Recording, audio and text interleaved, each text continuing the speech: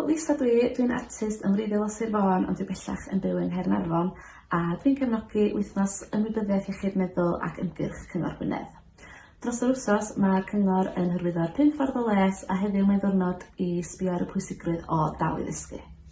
O'n mhrofiad i, mae dysgu am gelf ac arbrofi fod dulliau newydd bendant wedi bod yn rhywbeth o ddihangfa i mi dros y blynyddoedd dwytha, a mae o'n wych cael rhywbeth i dynnu meddwl oddi ar be bynnag sy'n ymhaen i fi ac i ganolbwyntio ar y celf yn unig.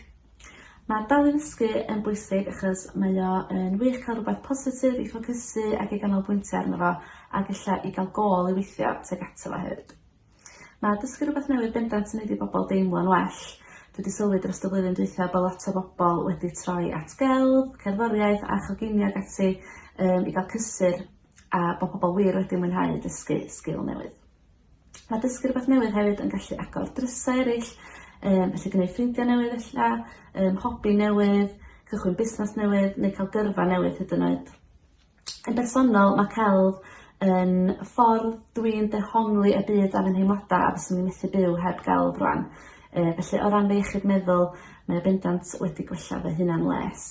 Felly os ydych chi ffansi dysgu rhywbeth newydd, nid yn unig fyddwch chi'n dysgu sgil newydd, ond fyddwch chi hefyd yn tyfu fel person ac mi fydd o yn helpu eich iechyd meddwl chi. Felly ewch amdani.